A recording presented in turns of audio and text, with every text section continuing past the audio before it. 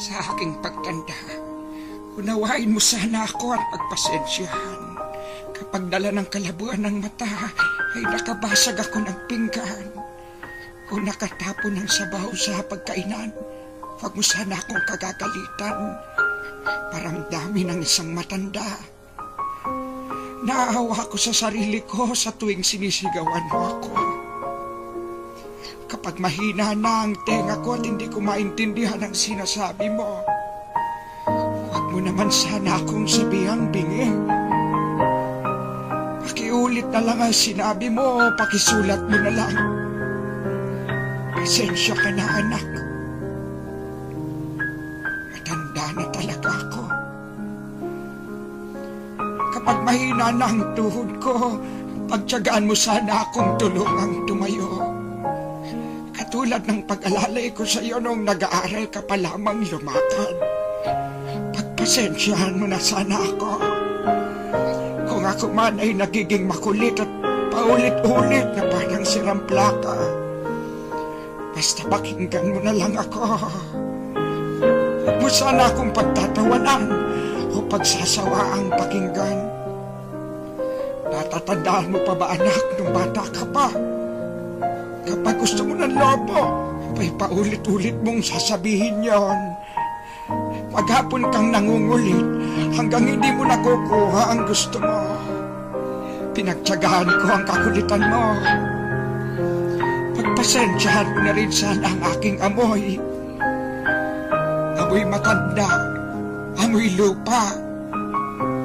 Huwag mo sana akong piliting maligo. Mahina na ang katawan ko.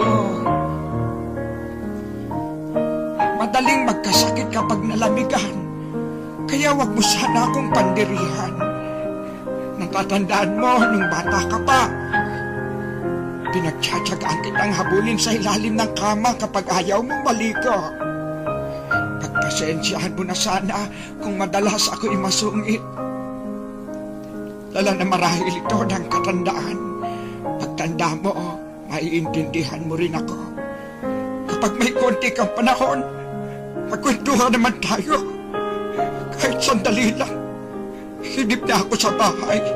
Paghapong iniisa, walang kausap. Alam ko, busy ka sa trabaho. Palit nais kong malaman mo na sabik na sabik ako. Makakwentuhan ka kahit alam kong hindi ka interesado sa mga kwento ko. Natatandaan mo, anak, nung bata ka pa. Pinagtyagaan kong pakinggan at intindihin ang pautal-utal mong kwento tungkol sa iyong teddy bear.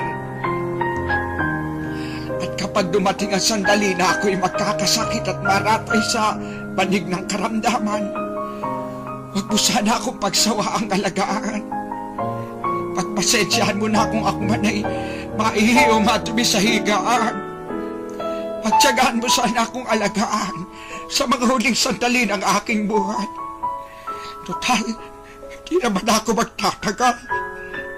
Kapag dumating ang sandali ng aking pagpanaw, hawakan mo sana ang aking kamay at bigyan mo ako ng lakas sa loob na harapin ang kamatayan. At huwag ka mag-alala. Kapag harap ko na ang Diyos na lumikha, ibubulong ko sa Kanya na pagpalain ka sana. Dahil naging mapagmahal ka sa iyong ama't ina.